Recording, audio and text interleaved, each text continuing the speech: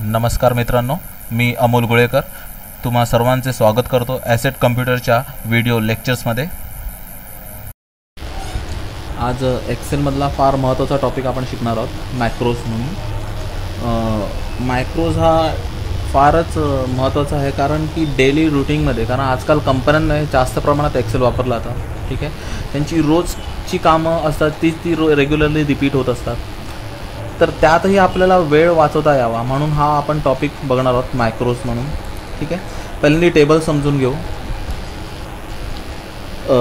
एक कंपनी आहे ACG company म्हणून, त्यांचं हे डेली पेमेंट रिपोर्ट आहे। डेली पेमेंट रिपोर्ट म्हणजे काय, रोजचं काही ना काहीतरी कलेक्शन असतं, ते झाल्यानंतर पुन्हा दुसऱ्या दिवशी तेच शेड्यूल परत चालू होतं, त्या दुसऱ्या दिवशीचं कलेक्शन म्हणा, तिसऱ्या दिवशीचं कलेक्शन, हे असं रुटीन रोज चालू राहणार आहे, ओके। तर या रेग्युलरली होणाऱ्या रुटीनमध्ये काही अशी कामं असतात ती रोज करावी लागतात, सारखी तीच कामं करावी लागतात, तर तो वेळ वाचवण्यासाठी आपण इथे मॅक्रोज वापरणार आहोत। तर मॅक्रोजचा एक्झॅक्टली यूज काय आणि त्याचा अर्थ काय ते बघून घेऊ।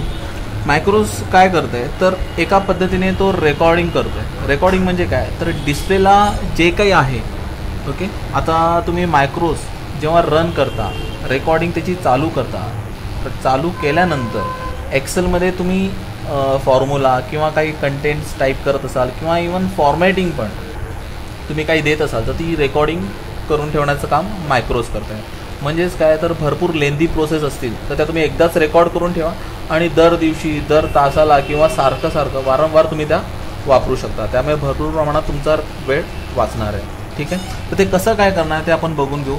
सर्वात पहिल्यांदा इथे कंटेंट्स दिलेले आहेत, सांगितल्याप्रमाणे एक कंपनी त्यांचं हे डेली रूटीन आहे। म्हणजेच काय, तर हा मागचा जो काय बॅलन्स आहे तो, आजचं कलेक्शन हे आलेलं आहे, पहिल्यांदा हे आलं सकाळीपर्यंत एवढं आहे, मग दुपारनंतर, संध्याकाळ, रात्र, अशा पद्धतीने हे कलेक्शन आलेलं आहे।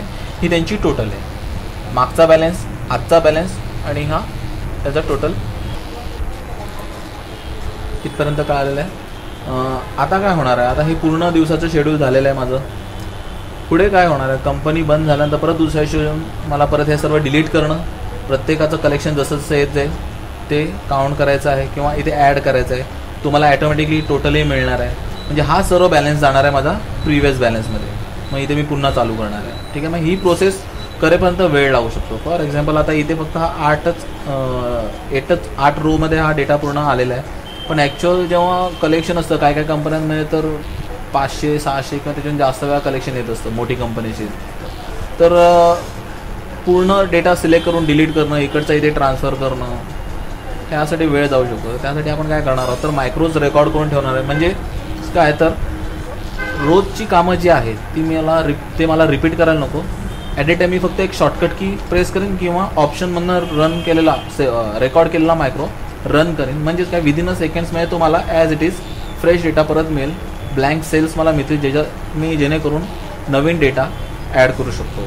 तर आपल्याला इथे मॅक्रोज रेकॉर्ड करण्यासाठी काय करावं लागेल, तर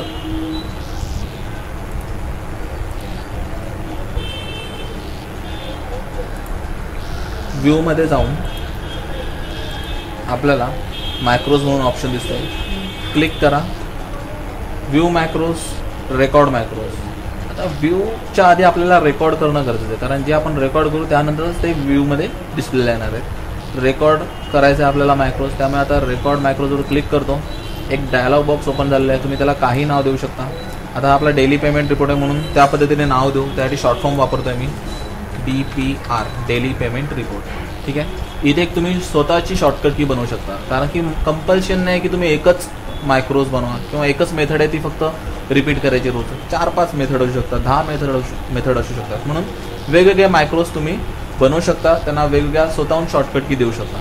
शॉर्टकट की देताना एक गोष्ट लक्षात ठेवा, इथे कंट्रोल प्लस एक कुठलाही अल्फाबेट घेऊ शकता तुम्ही, ठीक आहे। आता इथे D घेतो मुद्दामून, कारण की आपलं DPR आहे आणि त्याचं स्टार्टिंग अल्फाबेट D आहे म्हणून D घेतला।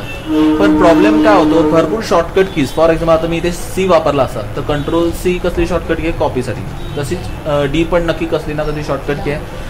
तर त्यासाठी आपण काय करणार आहोत, तर कॅप्स लॉक ऑन करणार आहोत। कॅप्स लॉक ऑनने काय होणार आहे, तुम्ही कुठलीही की टाईप करा, ॲटोमॅटिकली शिफ्ट पण त्याबरोबर ॲक्टिवेट होते आहे। म्हणजेच काय, तर कॅपिटल लेटर ॲक्टिवेट केल्यानंतर कुठलेही अल्फाबेट द्या, त्याच्या आधी तुम्हाला Ctrl+Shift कॉम्बिनेशन की प्रेस करावीच लागणार आहे, त्यामुळे Ctrl Shift डी प्रेस करेन तरच आपलं DPRचा मॅक्रोज रन होणार आहे. ठीक आहे, त्याच्या आधी आपण रेकॉर्ड करूया. खाली आहे स्टोअर मॅक्रोज पुढच्या वर्कबुकवर करायचं, याच करायचं आहे. ठीक आहे, याच फाईलवर आपल्याला रेकॉर्ड करायचं आहे. इन डिटेल काही माहिती द्यायची असेल तर तुम्ही इथे डिस्क्रिप्शनमध्ये देऊ शकता. ओके करतो. ओके करा. ओके केल्यावरती तुमचं मायक्रोज स्टार्ट झालेलं आहे, रेकॉर्डिंग स्टार्ट झालेलं आहे. हे कशावरून कळतं? बॉटमला तुमचा जो टास्क बार आहे तिथे तुम्हाला दिसेल हा पद्धतीचा आयकॉन दिसेल. नेहमी आपण बघतो प्ले, पॉज, स्टॉपचा अशा प्रकारचा आयकॉन असतो. कर्सर ठेवा, डिस्क्रिप्शन येते a macros is currently recording, click to stop recording. Okay, स्टॉपही करू शकतो पण आपल्याला स्टॉप करायचं नाही कारण अजून काहीच रेकॉर्ड केलं नाही. ओके, रोजची कामं काय आहेत तर पहिल्यांदा मला हे डिलीट करणं, कारण की आजची कामं झालेली आहेत, उद्या परत कलेक्शन येणार. त्यामुळे हे सिलेक्ट करून डिलीट केलं. डिलीट करण्याआधी तुम्हाला इकडचा डेटा या साईडला ट्रान्सफर करायचा आहे, कारण इथे डिलीट केलं तर इथे पण पूर्ण व्हॅल्यू नल होते. जी प्रिव्हियस बॅलन्स आहे तोच तुम्हाला इथे दिसणार आहे. त्याआधी ही व्हॅल्यू कॉपी करा, कॉपी केलेलं आहे आणि ती इथे पेस्ट करा. राईट क्लिक, पेस्ट स्पेशलमध्ये जाऊया. इकडे व्हॅल्यूज सिलेक्ट करून ओके करतो. ॲज इट इज व्हॅल्यू इथे शिफ्ट झालेले आहेत. नंतर ही व्हॅल्यू मी डिलीट करून टाकणार. ही प्रोसेस मला रोजची आहे, रोज करावं लागतं आहे. प्रिव्हियस बॅलन्स इकडे आणणं, मग पुन्हा मी आजचा इथे बॅलन्स जी काय तारीख असेल आजची तो स्टेप बाय स्टेप लिहित जाणार. त्याचा टोटल बॅलन्स येईल. परत सेम स्टेप, ही सायकल चालत राहणार रोजची. ठीक आहे, इथपर्यंत झालं आहे. ही प्रोसेस मला मायक्रोजमध्ये करायची होती. इकडचा डेटा इथे शिफ्ट केला प्रिव्हियस बॅलन्समध्ये आणि जे काय कलेक्शन होतं ते डिलीट करून टाकलं कारण ते कालचं होतं. आज परत मला नव्याने स्टार्ट करायचे. ठीक आहे, इथपर्यंत झालं आहे. हेच रेकॉर्डिंग माझं होतं. सुरुवातीला फारच सोप्या मेथड घेतो आपण, जास्त लेंदी प्रोसेस घेत नाही आहे. किंवा कलरिंग इफेक्ट काय असेल तर फॉर्मॅटिंग तुम्ही करू शकता. इथे मी स्टॉप करतो, क्लिक करा. मायक्रोज तुमचं स्टॉप झालेलं आहे. इथून शॉर्टकट थ्रू पण तुम्ही ते रन करू शकता. क्लिअर आहे. मग मी आज काय करणार, पुन्हा नेहमीप्रमाणे माझा आजचा जो काय रेकॉर्ड असेल तो मी इथे टाईप करणार आहे. पहिल्यांदा 1000 कलेक्शन आलं, मग 3000 कलेक्शन आलं आहे. अशा पद्धतीने तुम्ही स्टेप बाय स्टेप तुमचं आजच्या दिवसाचं पूर्ण काम झालेलं आहे. आज कंपनी पुन्हा बंद झाली. उद्या जाऊन परत जेव्हा कंपनी ओपन होईल परत मला सेम डेटा हवा आहे. काय हवं आहे तर इकडचा सगळा बॅलन्स प्रिव्हियस बॅलन्समध्ये जमा झालेला दिसला पाहिजे आणि हे डिलीट झालेलं पाहिजे सर्व. म्हणजेच काय तर मी नव्याने पुन्हा त्या एंट्री करू शकतो. ठीक आहे, आणि हे आपण ऑलरेडी मॅक्रोजमध्ये रेकॉर्ड करून ठेवलेले आहे. मग मला पुन्हा हे सिलेक्ट करणं, कॉपी करणं, इथे पेस्ट व्हॅल्यू करणं, पुन्हा हे सगळं डिलीट करणं, ही एवढी प्रोसेस वाचवण्यासाठी फक्त एक शॉर्टकट की प्रेस करावी लागेल जी आपण ठरवलेली Ctrl+Shift+D, किंवा तुम्ही ऑप्शनमधनंही जाऊ शकता. व्ह्यूमध्ये मॅक्रोज आहे तिथे तुम्हाला व्ह्यू मॅक्रोज दिसतं. व्ह्यू मॅक्रोजवर जा, सिलेक्ट करा जो काय तुम्ही मॅक्रोज रेकॉर्ड केलेला आहे आणि क्लिक ऑन रन.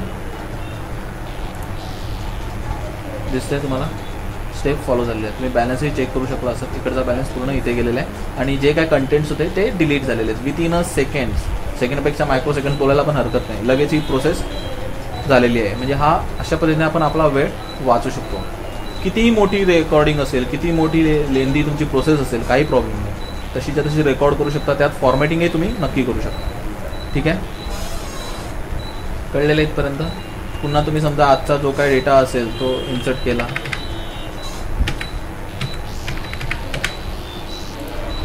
शॉर्टकट की थ्रू पण तुम्हाला एकदा दाखवतो करून. पूर्ण आजपर्यंतचा डेटा हा झालेला आपला टाकून. पुढे काय करायचं, मला शॉर्टकट की प्रेस करायची. मायनसमध्ये डेटा यासाठी आला कारण इथे कंटेंट्स कमी असून इथे जास्त टाकले गेले. त्यामुळे Ctrl+Shift+D जी आपण स्वतः बनवलेली शॉर्टकट की मी आता इथे प्रेस केलेली आहे. Ctrl+Shift+D ॲटोमॅटिकली डेटा रिप्लेस झालेला आहे. म्हणजे काय तर फ्रेश डेटा आपल्याला पुन्हा मिळतो आहे. अशा पद्धतीने तुम्ही मायक्रोज नंबर ऑफ टाईम रन करू शकता. शॉर्टकट कीने तर अजूनच लवकर होणार, म्हणजे तुम्हाला ऑप्शनमध्ये जायची गरजही नाही. इथपर्यंत कळलेलं आहे. अजून एक छोटा इफेक्ट दाखवतो फॉर्मॅटिंगचा.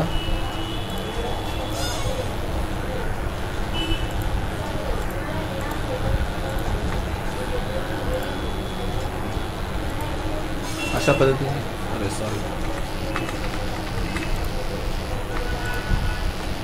रेकॉर्डिंग पहिल्यांदा चालू करूया आपण. View macros, record macros. इथे फॉर्मॅटिंग करणार आहे म्हणून तसं नाव देतो. कलर,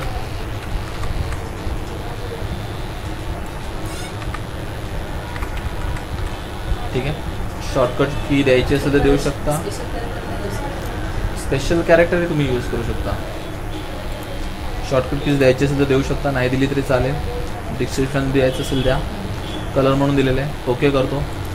रेकॉर्डिंग स्टार्ट झालेली आहे आपली, दिसतंय. फॉर्मॅटिंग अप्लाय करतो आहे. कंट्रोल की होल्ड करून तुम्ही अल्टरनेटिव्ह सेल सिलेक्ट करू शकता. त्याला कलर अप्लाय करतो. पुन्हा